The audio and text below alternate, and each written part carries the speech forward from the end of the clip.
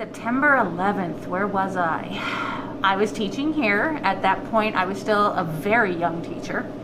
And I remember vividly because it was very early morning, second period, or actually end of first going into second. I was downstairs in study hall. And you kind of started hearing the buzz that there had been an accident, because with the first plane, it was viewed as just being a tragic accident.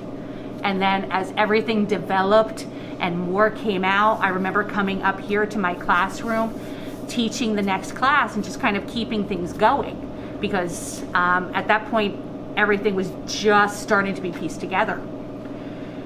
And then I remember hitting fourth period, and I had prepped fourth period that year. And so did Mrs. Goro, so did Mr. K.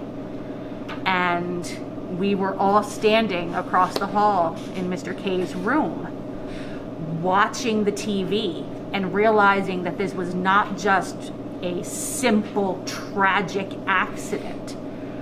This was a catastrophe of epic proportions. And we kind of sat there watching in awe. And we got to see the towers actually fall, and just incredulous looks amongst each other. I remember getting our kids and just realizing we just had to keep everything together for our kids and not panic and not do everything. I still lived at home. I remember going home, sitting in the living room with my parents and continuing to watch the scenes of just destruction and dust and agony and terror, and just questioning how in the world this happened here. It's amazing, Robert, when an event like that takes place in history. Your memories and the details of your memories become very vivid, and sometimes people even remember what clothes they were wearing, who they were with, where they were, what exact time of day it was. A lot of people talk about Pearl Harbor in that sense too. They know exactly where they were. On 9/11/2001, I know I was coming across the street underneath the bridge to my second period class, and I bumped into Mr. Dorenzi. He opened the door for me, and he said, "Hey, Brett, do you know what's going on in New York right now? Something big is going on." And he just said he thought something was on fire. The city was on fire or something like that. So I went upstairs to my classroom to start my second period class. I rolled this old TV out in front of my class as they came in, turned it on, and Tower 1 was burning. Didn't really know what was going on at the time, but we watched as things unfolded, and we actually saw my second period class or third period class, it was somewhere in there, we actually saw the second plane hit. A lot of my students didn't realize what they were watching. There was a lot of misinformation at the time. But when you see a second plane come in and hit, you realize, oh, this is a premeditated thing going on. But the students were really just silent. They were trying to come to terms with what they were actually watching. I was in the back of the room trying to fight back tears, okay? Eventually, though, as the next period came in and the period after that, what the students also couldn't grasp was the fact that it looked like another explosion, but what had happened was the construction of the two buildings just failed. And what they were witnessing was the buildings collapsing. And then I know the tears were coming then, because they had realized what happened. And it's just one of those days, a very bad day for the United States. And now it's the 20th anniversary, and those images are still very vivid in my mind. Who I met, what we talked about, and the course of action that we took after that.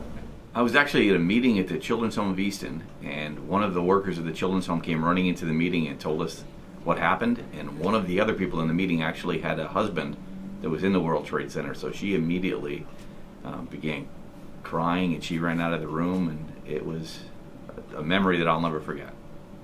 So I had actually just graduated from Penn State, and it was my first week of teaching. I got a full year teaching job at Southern Lehigh.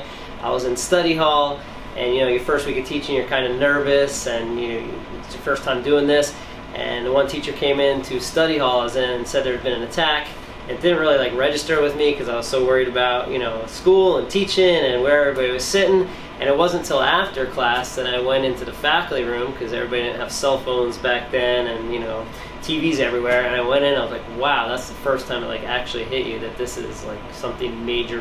So I was actually, my first week of teaching ever right out of college was where I was on 9/11/01. So I do remember 9/11 very clearly because I was here working. I was teaching a 9th grade class, and a teacher came in at the time and told me that an airplane had run into one of the Twin Towers. And I was shocked, and at first I didn't believe that this could be happening or that it could be a terrorist attack. Then the next period of the day was my prep period, and so, in those days we didn't have TVs in the room. So I went to find a room that, was able to show the news, and actually watched the Twin Towers fall live, and it was absolutely the worst thing I ever saw in my whole entire life. So, from my recollection, I was teaching in the art room, my Art 4 class, and I remember a student coming up to me and saying that an airplane did hit one of the Twin Towers, and we all felt really terrible about it, and we thought that it was an accident. And it wasn't until that second plane hit that it really started to hit home what really happened. And even after that, I know I was in disbelief of what was really going on. I don't think anyone wanted to really believe something like that humans could do that to each other. But yeah, it's been 20 years, but it just really feels like it was yesterday, being in the classroom and seeing that happen. On 9/11, I was in 5th grade in Mr. Miller's classroom. The only reason we knew anything was going on, I remember, is because parents kept coming to pick up their kids. And I remember sitting in class and being so mad at my parents because I was one of the only kids left. And finally, when there were maybe about 3 or 4 kids, Mr. Miller finally turned on the TV, and we kind of had seen what happened. And it just actually turned out that my grandma happened to be in New York City that day, and we spent the whole evening trying to get a hold of her. She was there to see a show, and there was no phone service, and she didn't have a cell phone at the time, and so she finally got a hold of us, and she was okay, but she couldn't get out of New York City, so we were trying to scramble and find a place to stay. And my dad was a first responder, so he was able to use his contacts to find an apartment. And I just remember watching the TV all evening, and it was really scary and it was really heartbreaking. But at the time I was still a little bit young to really have realized the magnitude of what had happened. Hi, on September 11th, I was in college. I was a sophomore in college at Bucknell University. And because of it being a momentous day, I remember exactly what I was doing when I heard what was going on, which was I had lost a piece of jewelry on the floor and I was crawling all around the carpet, and someone came in and said, "Hey, go on your computer, you got to see what's going on." So at first when I went on the computer, I didn't really get it, and I thought it was a much smaller thing, like a plane accident. And it took me a while to understand the gravity of what was really going on. So that's it.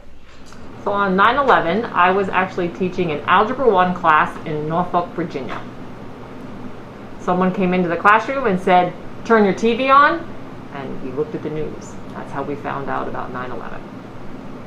On 9/11, I was on campus in a computer lab and then on the campus loop at Penn State University Park when I found out. When 9/11 happened, I was in piano practice.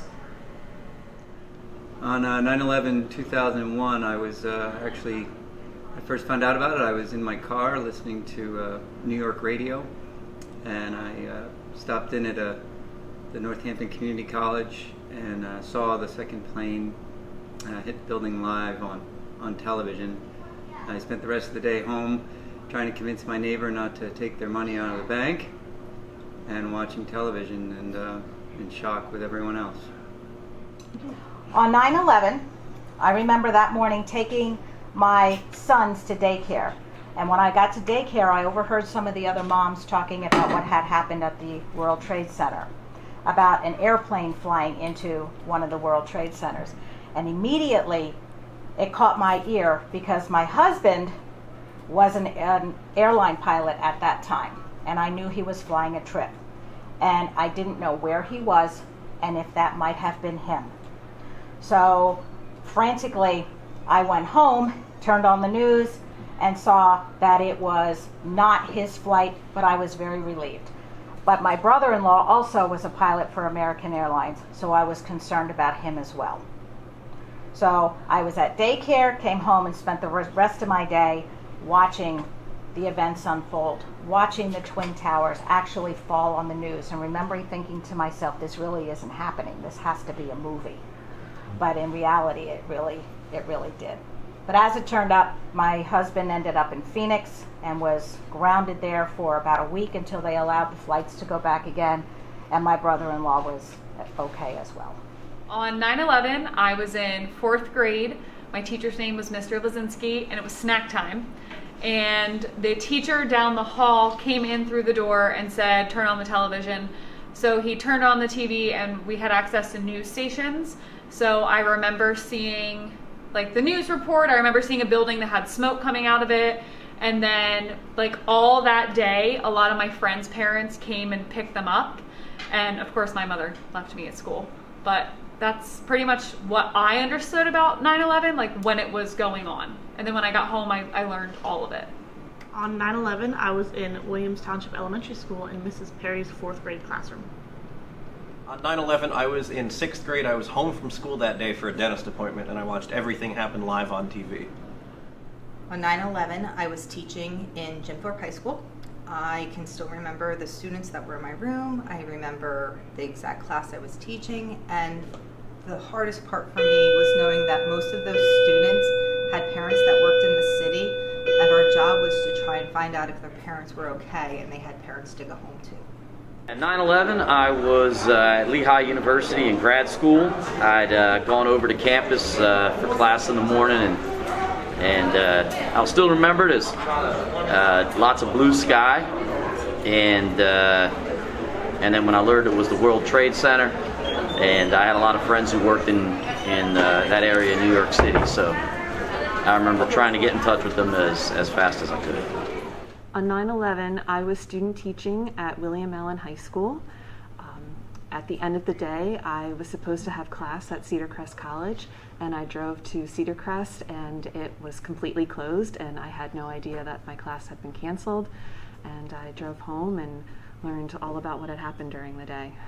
On 9/11, I was super young. I do barely remember it, but I do have a memory of my parents turning on the TV and just watching the towers go down. I know I didn't really understand what was going on. I kind of was just like dancing in front of the TV, but I didn't understand what was going on. Just the fact that my parents were so upset. So that's my memory of 9/11. I was kind of too young to really remember it. So that's it. On 9/11, I was in 10th grade at Easton High School. I was in my driver's education class with Mr. Schiffert, who was the football coach there for a long time. And news started kind of like filtering in. This was before like cell phones were really popular.